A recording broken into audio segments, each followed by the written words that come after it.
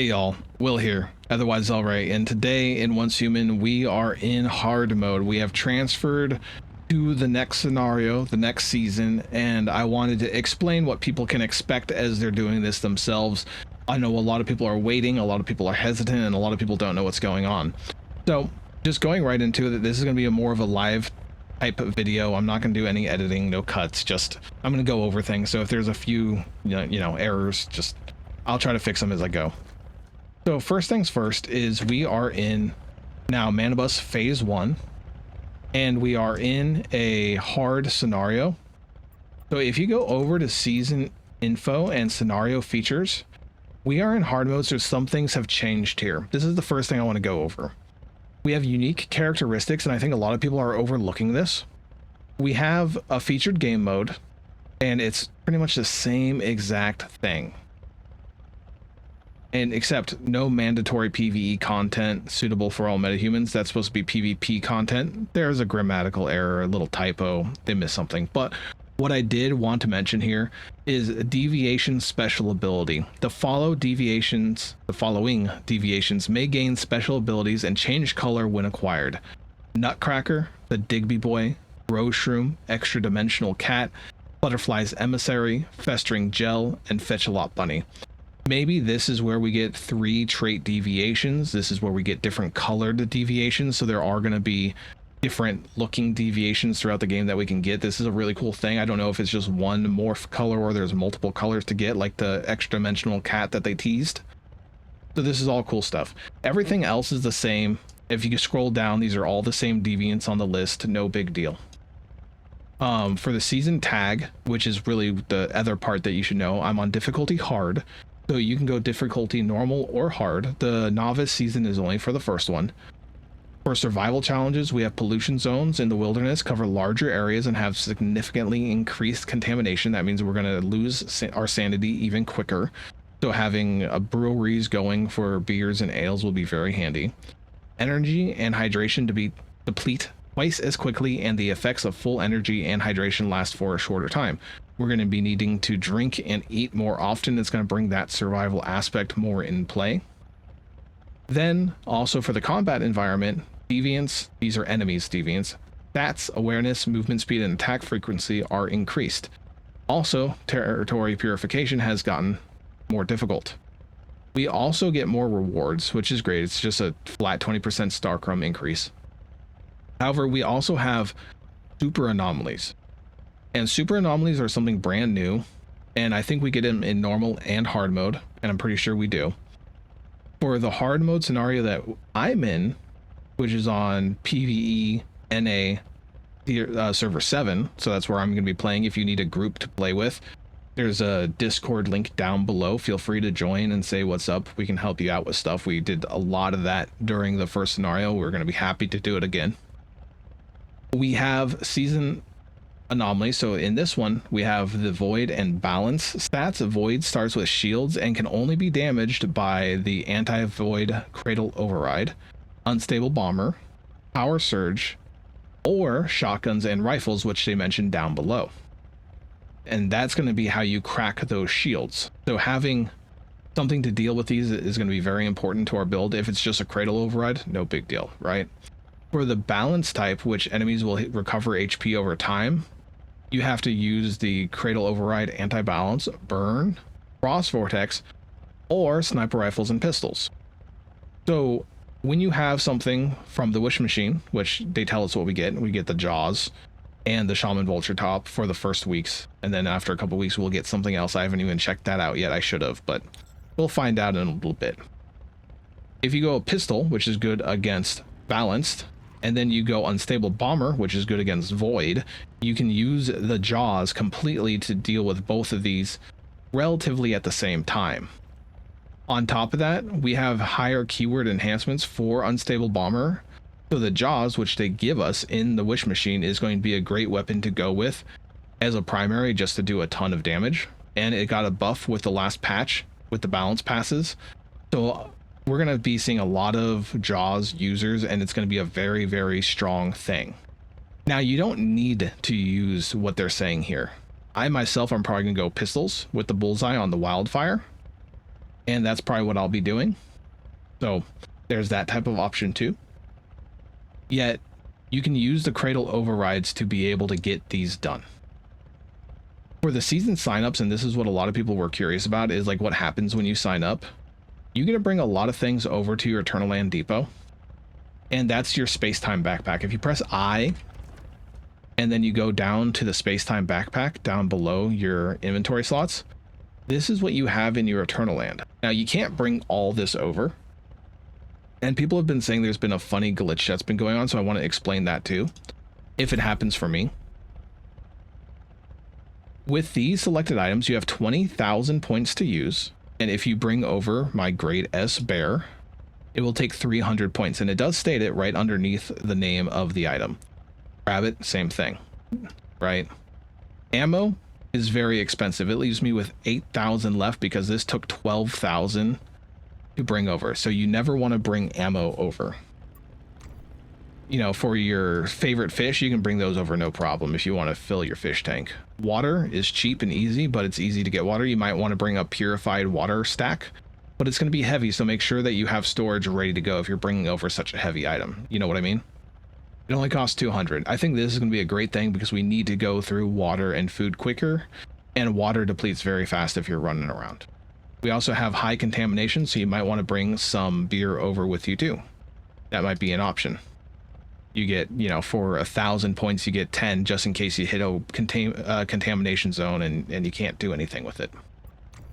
For items, some people are thinking bringing some seeds over that are difficult, like morels or peppercorns or things that are just generally difficult to find might be a good way to go about getting yourself off to a quick start.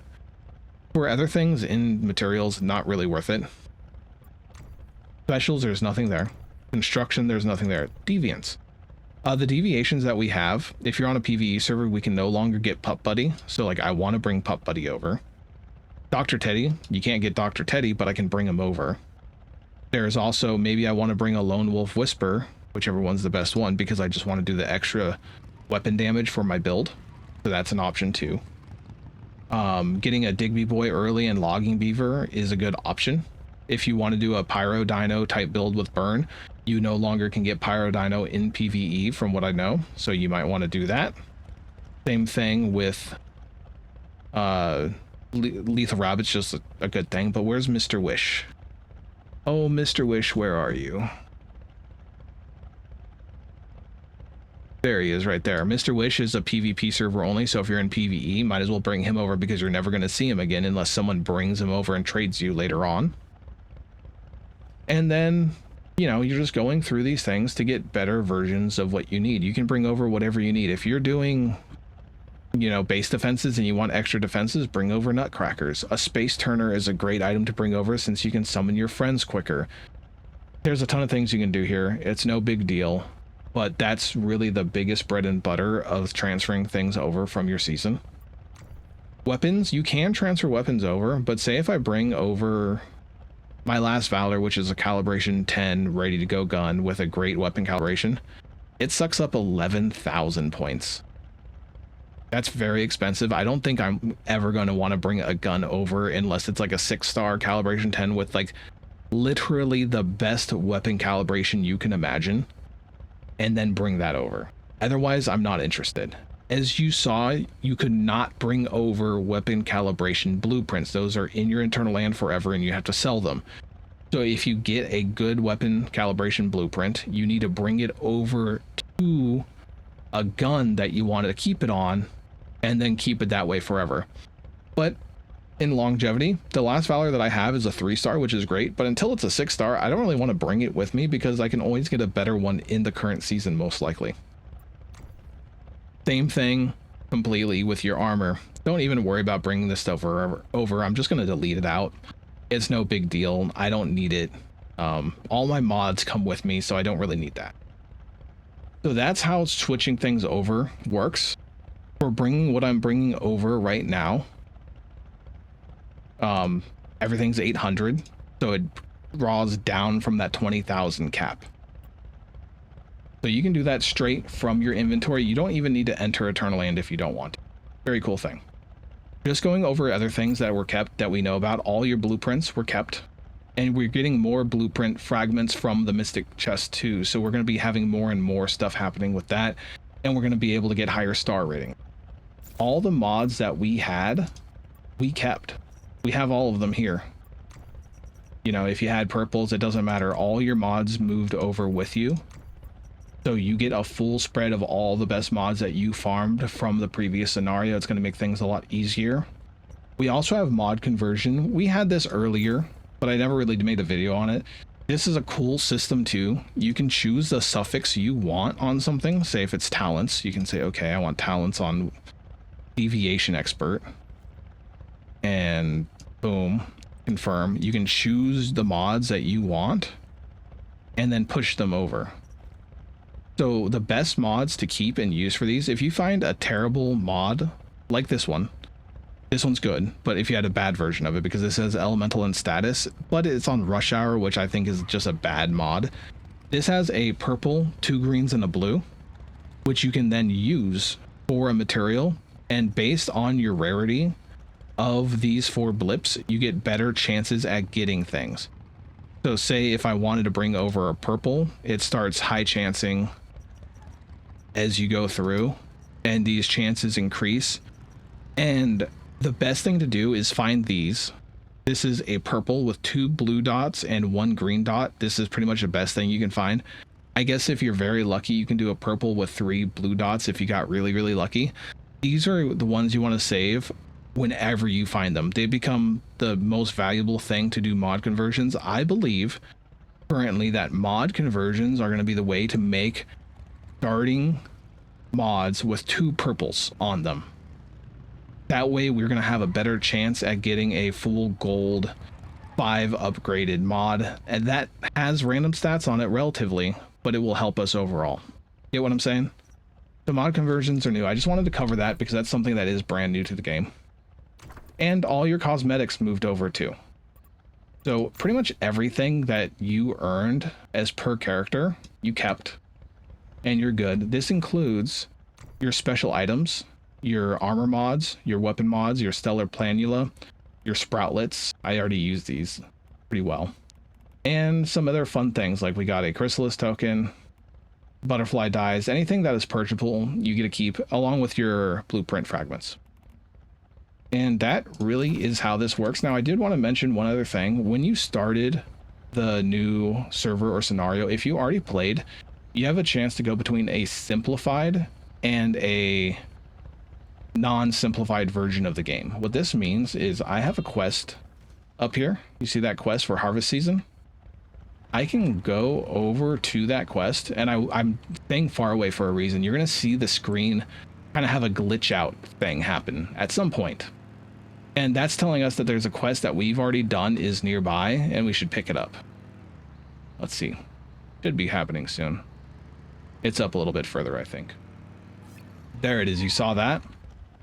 So instead of there being an NPC here, there's a shadow of the NPC, and we have this leakage source. If you take the leakage source, it will do the little hand thing, and we completed the task and we got all the rewards for it.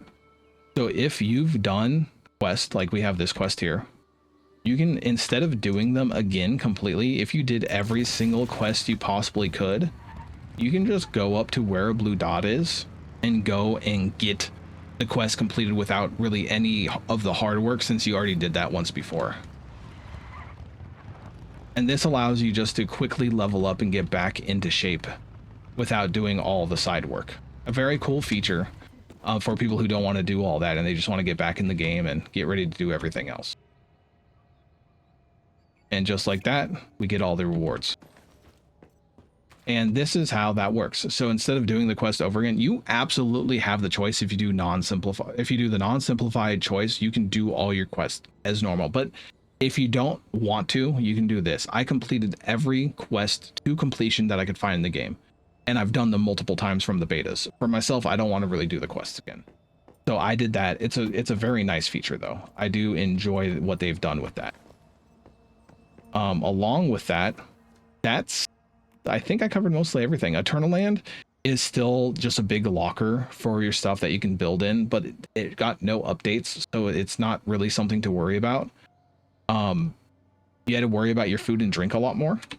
And speaking of food and drink, if you're just getting started and you don't have an option, you can press escape, go to your events, or just press F3, one of the two, and go to your regular event. These astral duelets will actually sell you drinks, food, an activator weekly, and some weekly, an adrenaline shot, and some weekly activators. And they use your astral duelets, which you gain 20 every day. So if you have these built up, you can get some food and drink quickly without yourself starving or, having issues.